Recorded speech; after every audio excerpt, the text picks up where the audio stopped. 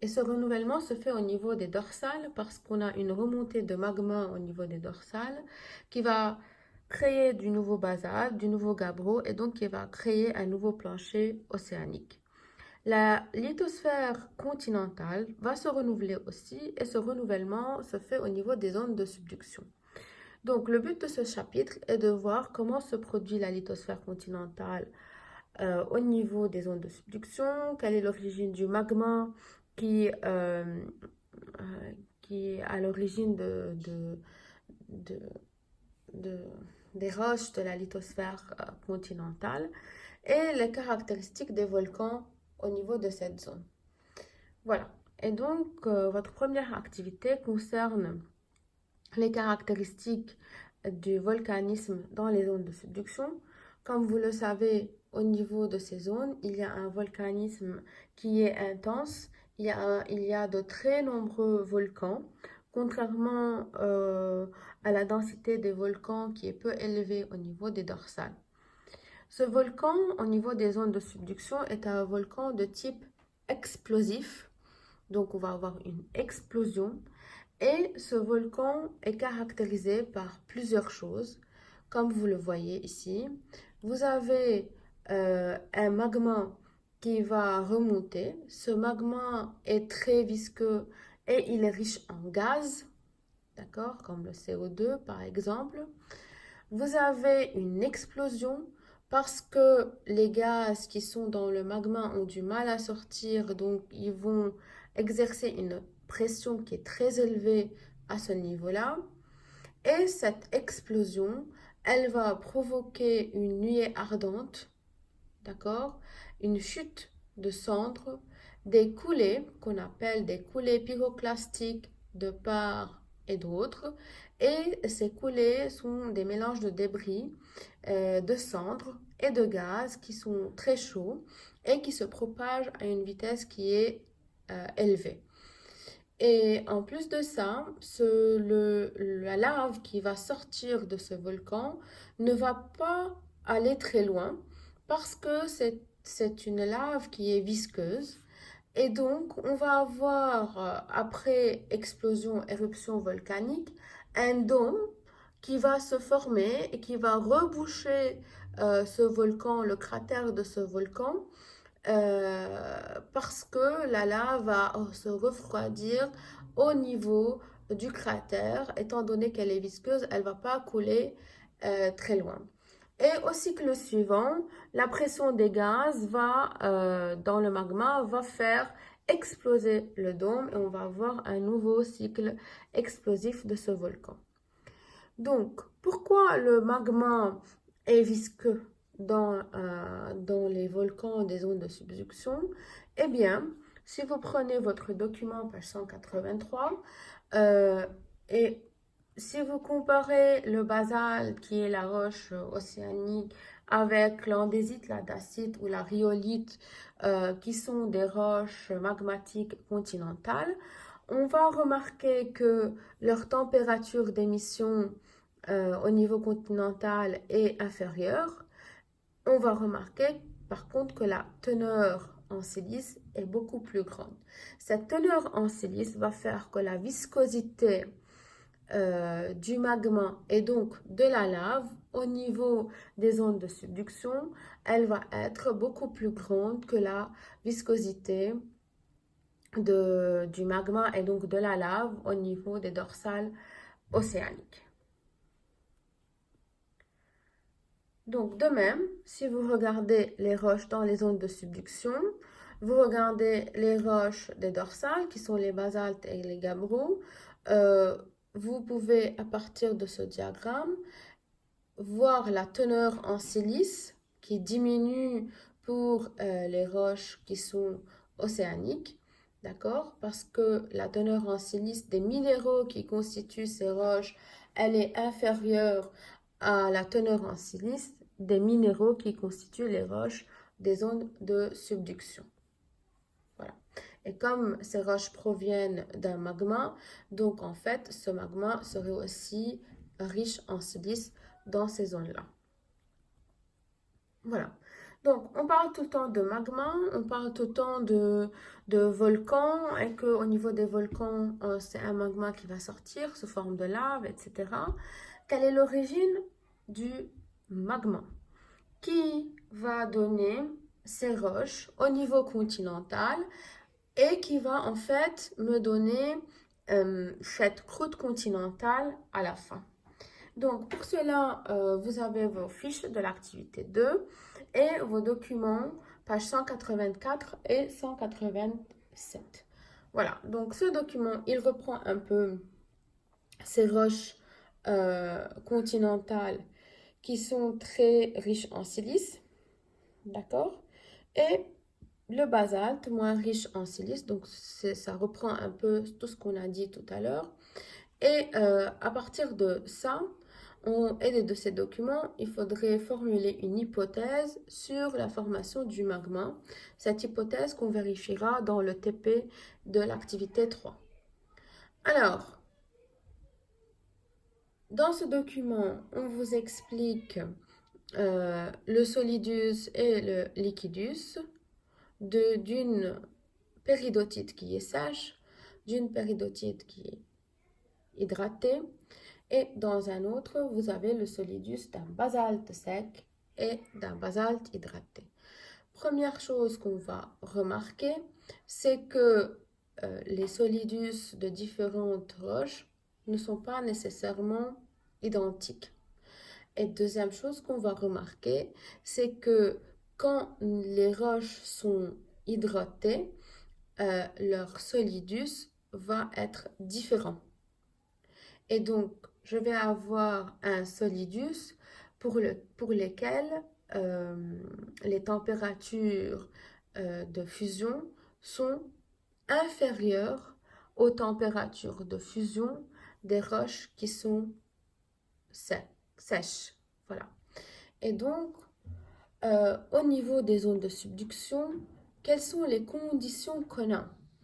Ben, si vous regardez ce document qui est dans vos livres, vous allez remarquer qu'au niveau des zones de subduction, les températures que vous avez, donc au niveau de la lithosphère qui subduit, selon le plan que vous avez ici, qui est le plan de Wada-Tibenioff, et les températures qu'on a ici au niveau du manteau lithosphériques qui sont là à ces profondeurs-là, donc entre 80, 100, 200 km de profondeur.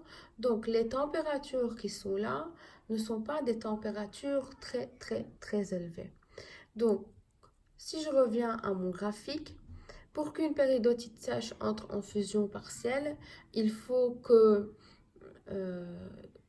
la température dans la zone donnée atteignent les 1200 degrés. Or, ce 1200 degrés, je ne l'ai pas à ce niveau-là dans la lithosphère où se retrouve la péridotite qui est supposée me donner du magma. Donc, l'hypothèse que je vais formuler à ce moment-là, c'est que, en fait, la péridotite qui est à l'origine du magma dans les zones de subduction, ça sera une péridotite qui est hydratée et non pas une péridotite qui est sèche. Deuxième chose à trouver, c'est très bien si ma péridotite est hydratée au niveau des zones de subduction, d'où viendrait l'eau qui permettrait son hydratation et pourquoi en fait ma péridotite au niveau des zones de subduction serait hydratée et non pas ma péridotite au niveau de la dorsale. Alors, vous prenez ce document 2 dans vos livres et vous allez voir que, en fait, d'après ce document, le gabbro, là, est une roche complètement déshydratée. Comment je sais si elle est hydratée ou déshydratée? Donc, tout simplement, je vais regarder les minéraux qui constituent cette roche et leur formule chimique. Et si dans la formule chimique, il y a le groupement hydroxyle, ça veut dire que la roche est hydratée. S'il n'y a pas de groupement hydroxyle, OH, ça veut dire que ma roche est déshydratée. Et donc, en fait, je vais remarquer que le gabbro qui est là va par métamorphisme donner le métagabbro du faciès schiste vert qu'on a déjà vu. Et dans ce métagabbro de faciès schiste vert, on a plein de minéraux hydratés avec les groupements hydroxyle. Donc, entre le gabbro et le métagabbro schiste vert, j'ai eu une hydratation des roches et une hydratation de la lithosphère océanique. De même, je vais suivre vers les métagabbros faciès schiste bleu. Et là, je vais remarquer que, en fait, mes roches sont encore hydratées, mais pas autant qu'avant. Et si je vais encore plus en profondeur vers l'éclogite, je vais remarquer que dans l'éclogite, les minéraux ne sont pas du tout hydroxylés. Et donc, en fait, mon éclogite est une roche déshydratée. Donc, en fait, j'ai une hydratation de la lithosphère océanique, puis une déshydratation pendant la subduction. Cette déshydratation va libérer de l'eau. Donc, on suppose que l'eau qui a été libérée pendant la déshydratation des métagabbros vers la partie sous-jacente à la croûte continentale a donné de l'eau et l'eau est partie dans ce manteau qui est là et a hydraté la péridotite qui a pu à ce moment-là entrer en fusion partielle. Donc, à partir de tout ça, on va formuler deux hypothèses. La première, c'est que le magma des ondes de subduction proviendrait de la fusion partielle de la péridotite hydratée. Et la deuxième hypothèse, c'est que l'eau nécessaire à cette hydratation proviendrait de la déshydratation des roches de la lithosphère océanique qui est en train de subduire. Pour vérifier ces deux hypothèses, on vous propose un TP dans l'activité 3. Dans ce TP, on va observer des roches de la lithosphère continentale, l'andésite, la rhyolite, le granite et le granodiorite, d'accord? À l'œil nu, bien sûr, et au microscope polarisant. Et en observant ces différentes roches, au microscope polarisant, on va remarquer que dans ces roches, il y a des minéraux tels que l'amphibole, le mica ou la biotite, le mica noir appelé aussi biotite, et ces minéraux sont des minéraux qui sont hydratés.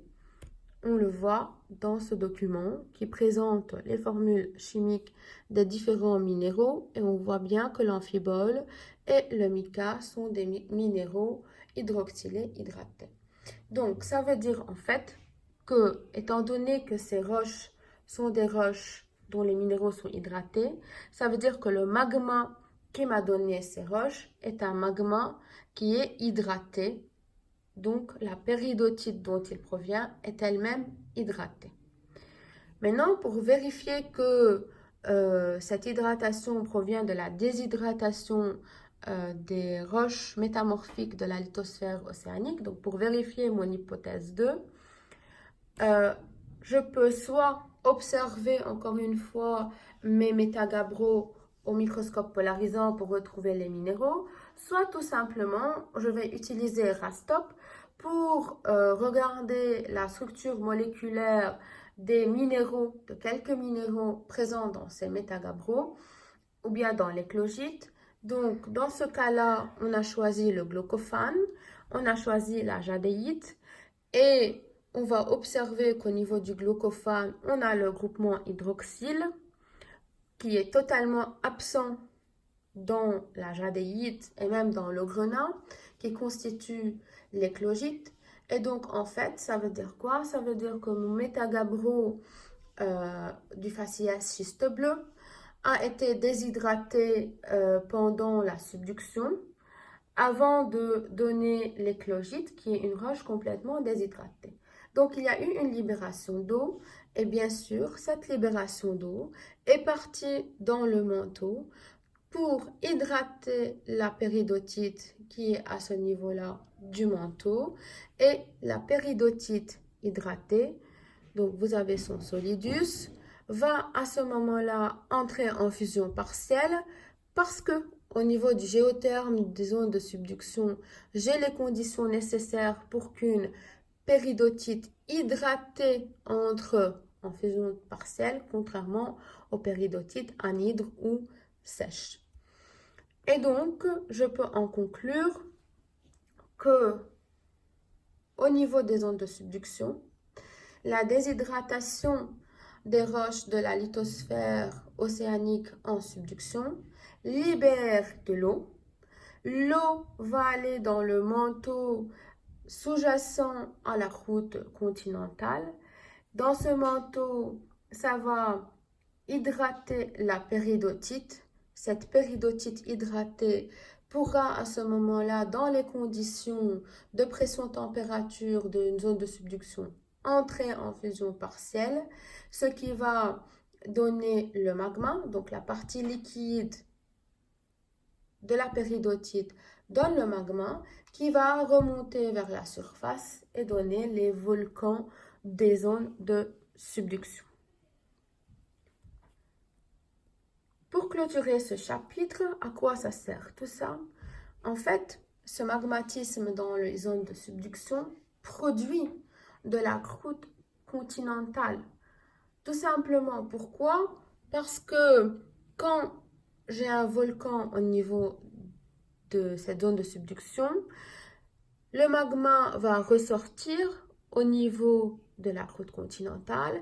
Il va créer les roches magmatiques que vous avez ici.